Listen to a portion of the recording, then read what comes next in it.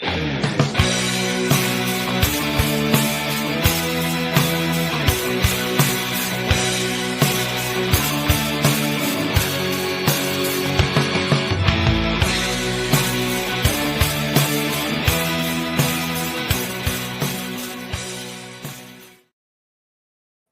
Vikings fans, it's your boy RabbitDad back. That was a tough one. Took our first loss of the season last week. Oh, well. Let's get into it. Let's get this recap done with and over.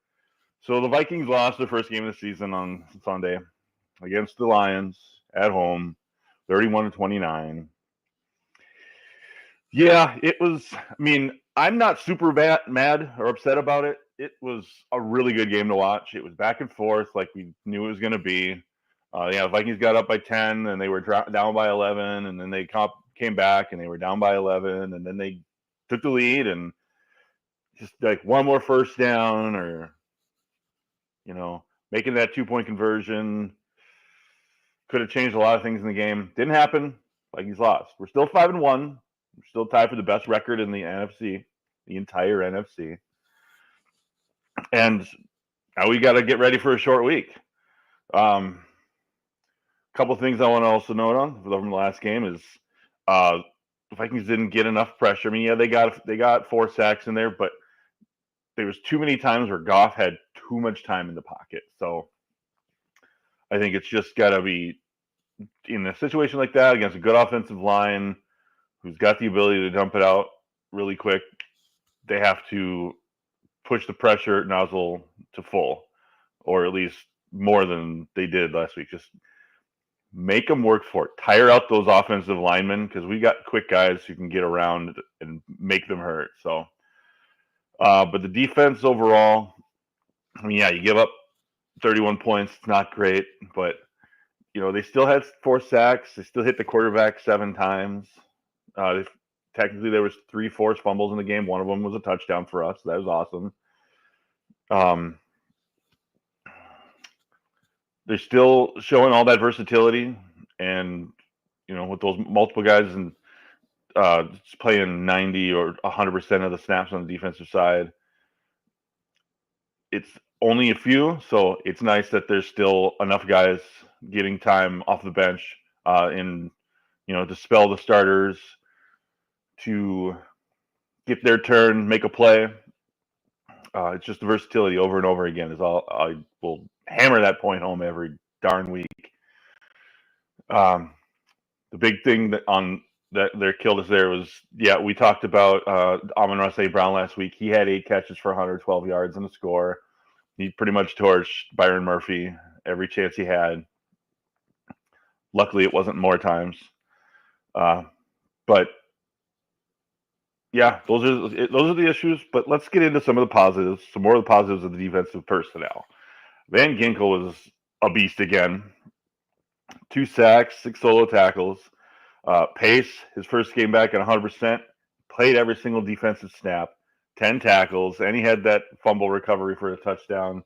It was lovely to see him back. I was so happy because he's just a force.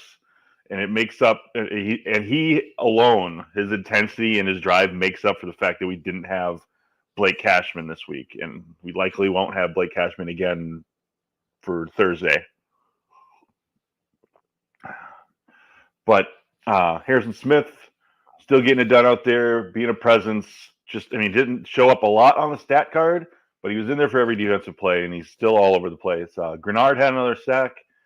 Metellus, another guy all over the place, 8 tackles, hit the quarterback twice. Jonathan Bullard, the only guy in the game with any pass defense, he had 2 of them. Just swatting those balls down, like getting a piece of them at the line, which was key to attempting to disrupt that passing game, because I think by the time he got that first one, Goff was like 17 of 17 passing. Like, his passing rate numbers over the last 3 games are insane.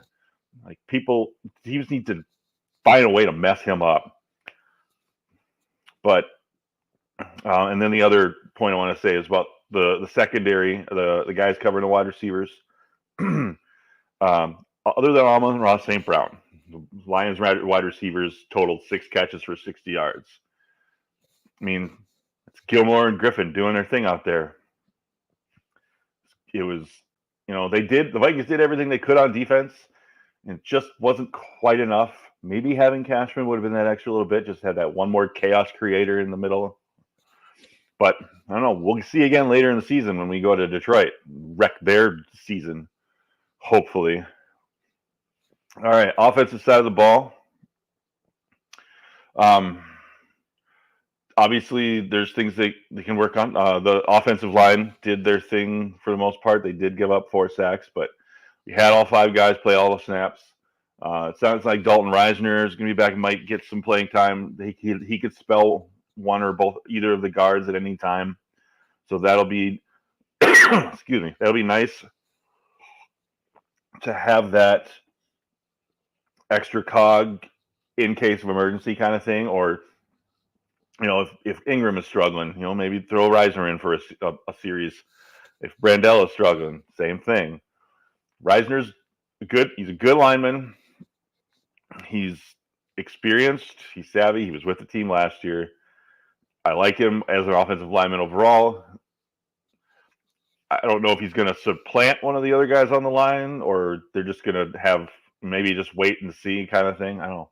We'll see. But it's good to have that depth piece, that good depth piece on the offensive line, just in case.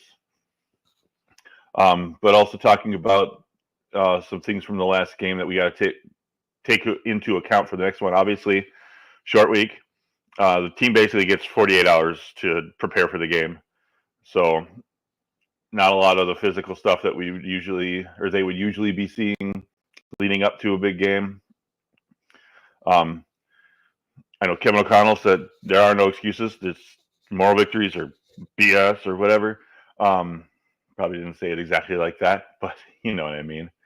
I'm a fan of moral victories like this one because it was showing that we can go toe-to-toe with a really good team in the NFL, and the Lions are a really good team.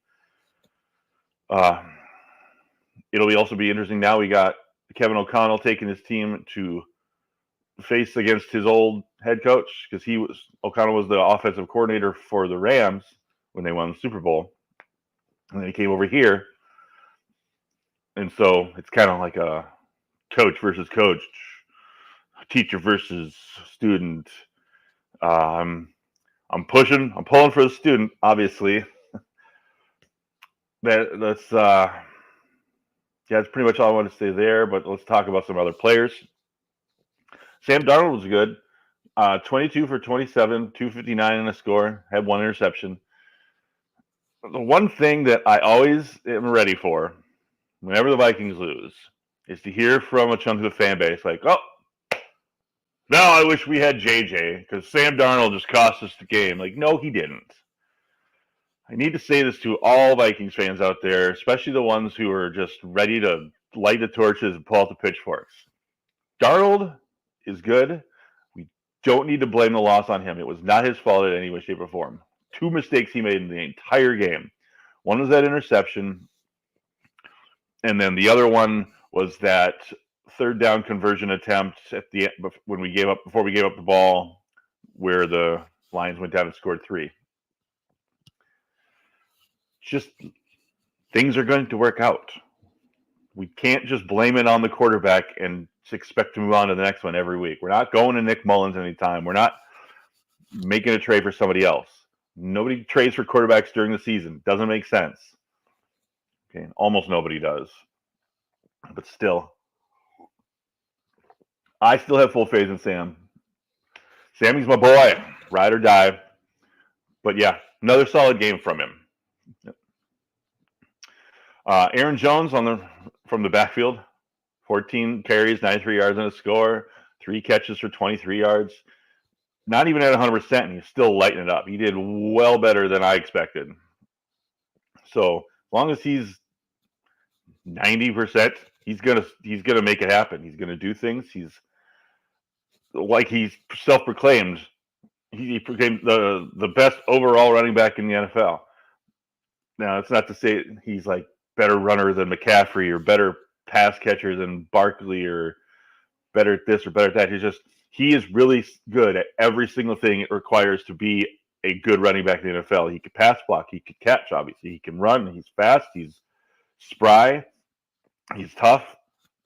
He's the perfect package, the complete package of a running back. As long as he's healthy and getting his touches, he's going to make things happen, and we don't have anything to worry about behind the line of scrimmage there. Ty Chandler, 2 carries, 4 yards. Just leave it at that.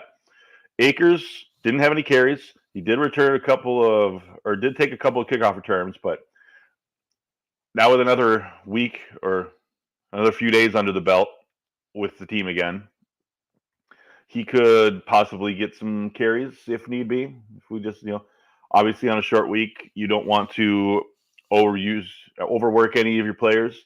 So I would not be surprised to see Chandler and Akers both get more than a couple of carries in the upcoming game, just to prevent anything negative happening to Mr. Jones. Wide receivers, Jefferson always does his thing. 8 targets, 7 catches, 81 yards and a score. Addison, 4 targets, 3 catches, 66 yards. See, I'm up too early. This is not my usual wake-up time, but that's okay. I've got coffee. Naylor, 4 catches on 5 targets, 76 yards. So all 3 of the wide receivers did their thing. They all put up a nice stat line. They were all reliable. It's just a matter of getting them the targets that they deserve every week. Obviously, Jefferson's going to see 8 or more targets in every single game. Addison, I think he needs to see more than 4 targets. But at the same time, if we're throwing the ball 8 times to Jefferson, 5 or 6 times to Addison, 5 or 6 times to Naylor, you're going to be throwing the ball 30 plus times. It's not bad. I mean, I would prefer to, 30, low 30 passes is what I want to see from Darnold at the most every week. I know we're a passing team for the most part, but we've got a capable enough running back that we don't need to pass the ball so much. More passes means more opportunities for something to go wrong, whether it's the ball getting tipped at the line or the receiver just not catching it, or a gust of air pushes it a little bit one way and it reflects off of the fingertips of the receiver and bounces straight up into the air into like the hands of one of 3 defenders. I'm more of a ground proponent guy when it comes to moving the ball in the NFL, and I understand the Vikings are a pass heavy or a pass first team, but just I don't want them to throw the ball 40 times in a game, 35, 40, 45 times. I don't want that. So, yeah, Jefferson getting 8, 9, 10 targets, Addison 5 or 6, Naylor 4, 5, 6. Cut it off there. But then we have the new thing, or another thing to add into the mix is the tight end room. It hasn't been made official or announced or anything yet. He's still technically on the pup return list. TJ Hawkinson, could he be back? It's possible. Everything kind of lines up. The timeline. It's the end of October. He sat out the last game when he'd been practicing and looking good and looking spry and healthy and everything. So I think it was just a bench him one or let him sit one more week, which I'm sure he was not happy with because he's a fighter, he's a player. So let him sit out one more week. Then you got full strength Hawkinson for Thursday and let him come back, and it's just an extra weapon in the offense. And it's just another guy that the defense has to account for. Bunt and Oliver still did their thing. They're pretty much, splitting the snaps. Still about 25% of the snap count. We did two tight ends, and that was because Detroit's got some blitzing ability, even without Hayden Hutchinson. So it was all hands on deck there. They needed to get everything going. They needed to do what they could to stop that rush. So, and they tried their best. But anyway, yeah, Hawkinson could be back. I think it's going to happen. I'm not betting on it, but I think it's going to happen. And if not, he's definitely in for the next week. Special teams, Reichert, three field goals, 2 of 2 for PATs. I didn't need to change anything in my notes because that's what he did last week. I'm thinking it, but I'm not going to say it. I'm not going to say it, but I'm thinking it. That's all I'm going to say.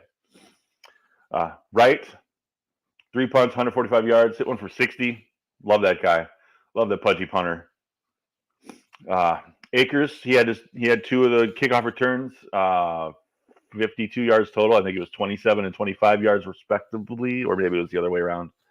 But either way, that's what you're going to get from a kick return, unless somebody gets lucky. Like I think was the Bengals in their the opening kickoff last week. They housed that one for 101 yards. It was fun to watch. I always enjoy that. All right. Let's break down the Rams and what they did last week, because some stuff we need to know for the upcoming game. It'll be the 48th time in history that 2 teams face off. Vikings have won 5 of the last 7. Rams have won each of the last 2. That's all right. It's a different Vikings team than that was, and it's a different Rams team than that was, because that Rams team had just won a Super Bowl. No, was about to win the Super Bowl, if I remember correctly. Anywho, last week the Rams won 20-15 over the Las Vegas Raiders. Yeah, I think that could have definitely been different. Had Minshew not thrown 4 interceptions, I think it would have turned around. I think the Raiders could have and probably should have pulled that one out. Stafford, 151-1 and 1. Is just a day at he's not the same Stafford as he used to be. He's still good, and there are rumors that they might be trying to trade him as well as somebody else we'll get to in a minute. But he's still an NFL quarterback. You know, he's got a Super Bowl ring. He's still got it in him to do things. It's just how long will that hold out?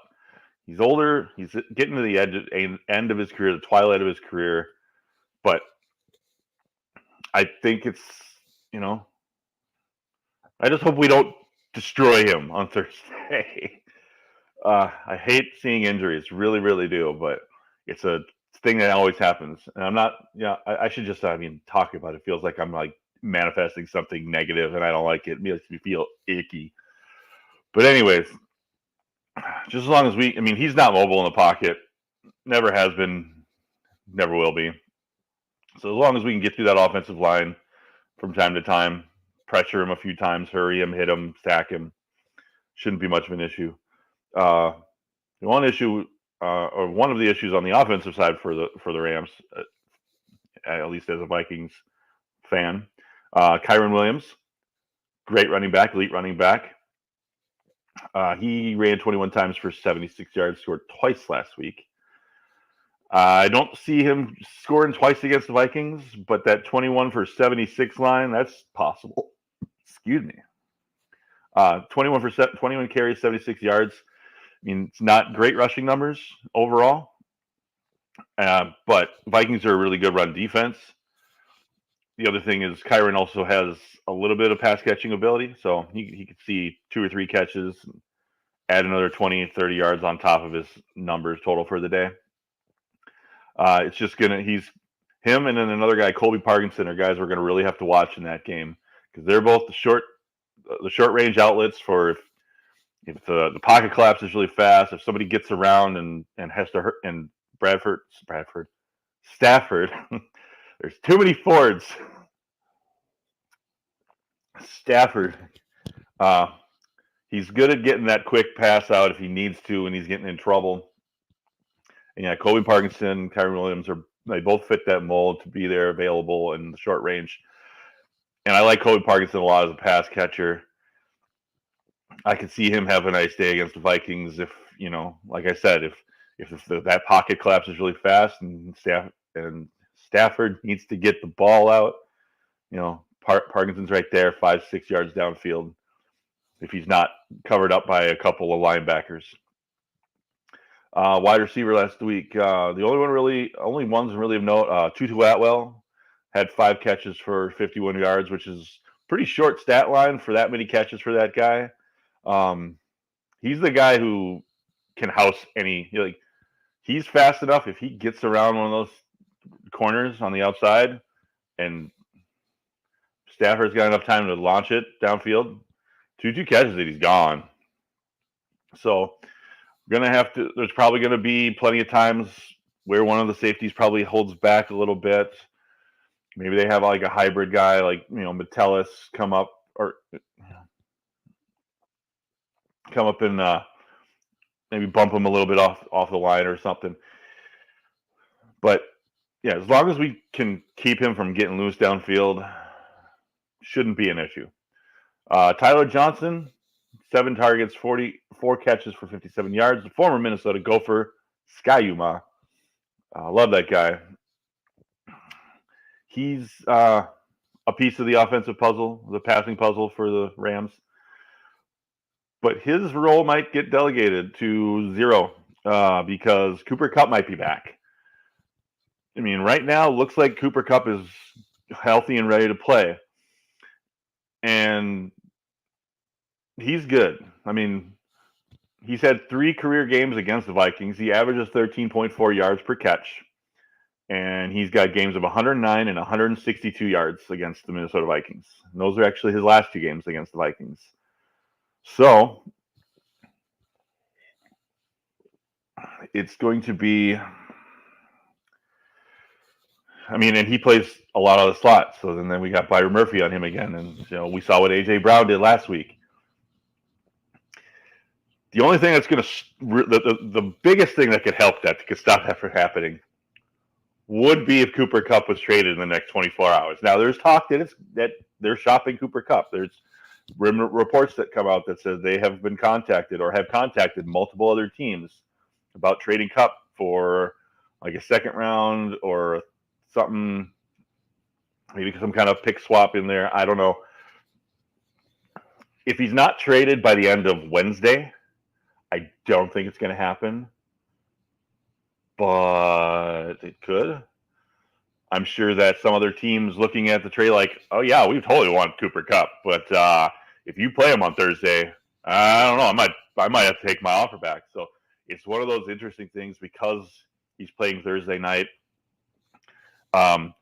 If he were to get traded, then obviously he wouldn't be able to play for the other team that's coming Sunday.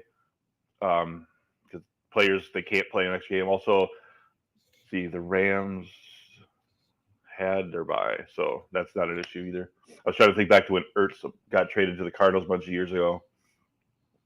He was with the Eagles, who hadn't had their bye, got traded to the Cardinals, who did have their bye, but he had to sit out an extra game because you cannot play more games that are scheduled than something like that. It's like a rule in the NFL when it comes to players being traded or added or this or that or whatever. So that doesn't come into play in this, but for all I know, the news could be breaking right now. I should probably be paying attention, but I'm more focused on.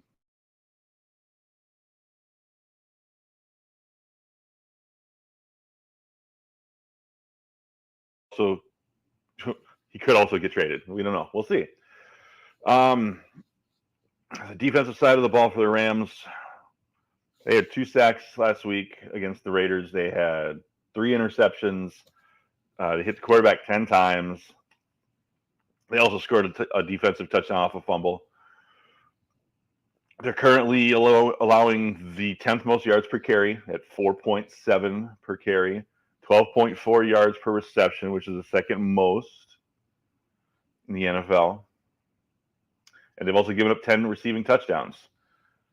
So there's definitely some ability for somebody to get loose, and our wide receivers could have a day. It is possible. Maybe all 3 of our wide receivers catch touchdowns. Who knows?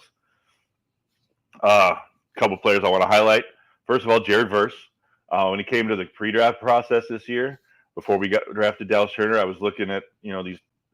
I look at these players and defensive rushers and everything.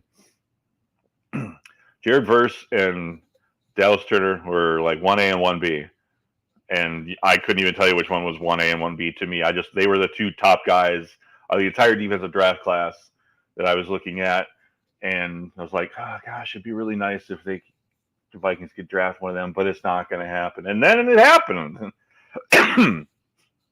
Those two players should not have fallen so far into the draft. I mean, I don't know. Everybody just wanted to get offensive players, but that being said, Versus is a really good. I mean, he's quick, he's agile, he's everything you want. He's basically another Dallas Turner. I mean, he's shown he's had a little more opportunity so far this season. He's already hit the quarterback 5 times, which is nice. Doesn't have any sacks or anything yet, but he plays all over in the middle of the field there. Dangerous, athletic, talented kid. He's great. Another guy we look out for, Kobe Turner. He's currently leading the team with 3 sacks, so he could be an issue if somebody on the offensive line, just is a half a second slow or something. Somebody to watch out for. Jalen McCullough. He's one of their secondary players, like cornerback. He's got 3 interceptions on the season. He's already house one for a touchdown. I don't think he's really he's like a one side of the field kind of guy. So it's going to be who's ever on that side of the field. The Vikings probably just avoid him. Darnold probably just avoids him. Just throw to the other guy. And another guy who the Vikings should watch out for is Troy Reeder. He gets everywhere on the field. He is a maniac. He is a force to be reckoned with on the defensive side of the ball. He's already got 46 tackles on the year. He had 6. He had 6 and a pass defended against the Vikings the last time we played the Rams. So, just another guy to watch out for. On the other side of that, though, I should also mention that he currently was on the. He either did not practice or was limited in practice yesterday. So we got to watch. We'll have to see what happens there. If he doesn't play, it's just one less piece one less pawn on the board to have to worry about. Also, obviously, the Rams still won't have Puka Nacua. They just opened his window to return, so I would be surprised if he's back even next week. Let him mend up, let him get to as close to 100% as possible, or at 100% preferably. So not something to worry about. Jordan Whittington, another wide receiver that I would have worried about had he been healthy. It doesn't look like he's going to play either. But his status also relies heavily on whether Cooper Kupp is there or not. So it's possible he could play. He is athletic. He's a rookie this year. He's had a couple pop-off games where he saw like 8 and 9 targets. He can do things with the football, but like I said, doesn't look like we're going to see much, if any, of him. The biggest injury of note for the Vikings is Cashman. Yeah, he's not playing. It's not happening. So there's that. We'll jump into the betting line a little bit. Minnesota is currently favored by 3. Obviously, I'm picking the Vikings to win. But that +3 for the Rams is interesting. I've seen some of the betting lines, some of the odds on it. I think I saw like -102 on FanDuel.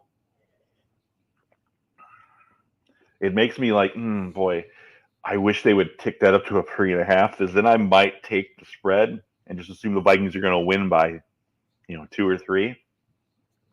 Because I think if Cooper Kupp plays, this could be a close game. If Cooper Kupp doesn't play, I think the Vikings rout the Rams. It's crazy that one player can make such a difference on a football game, but Cooper Kupp is an elite wide receiver, and if he plays and he's healthy, he's in a great situation to exploit the defense. The one hole we have in our defense is covered up a slot receiver. As Byron Murphy gets really good in the next 24 hours, which cool. If you want to get great at your job and lock it down, do it. I challenge you, Byron Murphy, to get out there and make Cooper Kupp your Anywho, so yeah, Cooper Kupp is the key, and the Rams, if their O line can hold up, it could make it harder for us to close the pocket to get to Sam Stafford. I'm gonna get that right one of these days. I don't know what it is. Maybe it's coffee. Anywho, anytime touchdown. I'm gonna give you a split here. Cooper Kupp, if he plays, yeah, I would say he's probably gonna score a touchdown. But for the Vikings, like I said like maybe all three wide receivers score touchdowns. I'm gonna put my anytime touchdown on Aaron Jones though. I think that if we get out ahead again, like a 14, 17-point lead right off the bat, like we've done in most of our games, you could just slow it down, give more balls to the running backs, and obviously Jones could break one from 30 plus yards if the right things, the right blocks happen, the right holes open up. So that's where my money would go on the anytime touchdown. Fantasy outlook players. Obviously, Jefferson, you start. Addison, you start. Reichard, keep running him out there as a kicker. Jones, you got to start. Kupp, obviously, if he plays. Kyren Williams, you got to start, even though, he probably doesn't eclipse 60 total yards. But if they get close, he could punch one in from, 5-10 yards out with a good block. So, and I mean, if you drafted him in your fantasy team, you got to start him. He's a second or third round pick probably. Dart throw players, I mean, I'd say that Darnold is a plus side dart throw. If the game gets out of hand and we're up by a whole bunch, he's not going to throw the ball as much. So there's a possibility that he doesn't even throw the ball 20 times in the game, in which case you might not be super happy with the fantasy points you get from him. Vikings D, I would play him. I think, I didn't say the over-under. The over-under on the game is 40 points right now. I would take the over. I think it's going to be just over, unless Cooper Kupp does. All my bets pretty much rely on whether or not Cooper Kupp is playing. So if Cooper Kupp's not playing, and if Whittington doesn't suit up, I don't see this being much of a game, and I would take the under on that one. But anywho, back to the fantasy point. Defense, I mean, obviously the Vikings are getting sacks. That's valuable for fantasy. They've gotten interceptions most of the games, or at least I think they've gotten turnovers in every single game. So those are valuable for fantasy points in most formats. But I won't expect a big number. I guess that depends on what your league scoring settings are.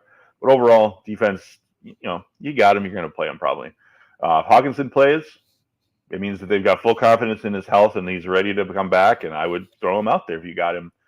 On the other side of the ball, Parkinson for the Rams is a serviceable tight end option. And if Kupp doesn't play, and if Whittington doesn't play, or even if Kupp doesn't play, I could see you throwing out Atwell or even Demarcus Robinson. Demarcus Robinson's had some big games when he's called upon. He could go off, or he could just put up 4 catches for 41 yards or something. But yeah, if you're in desperation for a wide receiver, you can give a shot to one of those guys. So to close out, because I'm droning on again, the nice thing also now, we're playing a Thursday night game, we get extra time to recuperate. So players who get a little nicked up or coming back, like Cashman, should have plenty of time, kind of like a little mini bye week in the middle of the season. It's funny how we have that like 2 weeks after our real bye, but anywho. Hawkinson coming back. If he's not back for this week, definitely coming back for the next one. And one more time, thank you for watching. Appreciate you spending your time with me. I appreciate the opportunity to do this with all the Uncovered guys, all the Undroppables Network, bunch of great guys. I was actually just checking out the Raiders one last night. Shout out to Biggs and Raider Damas. Great job. Love the passion that show for their team and all the guys who do the Uncovered stuff. It's really, really fun doing this. I appreciate the opportunity. So I probably won't see you guys until after Halloween. So have a happy and safe Halloween. Save me a lollipop because I'm a sucker for a good sucker. And we'll see you next time.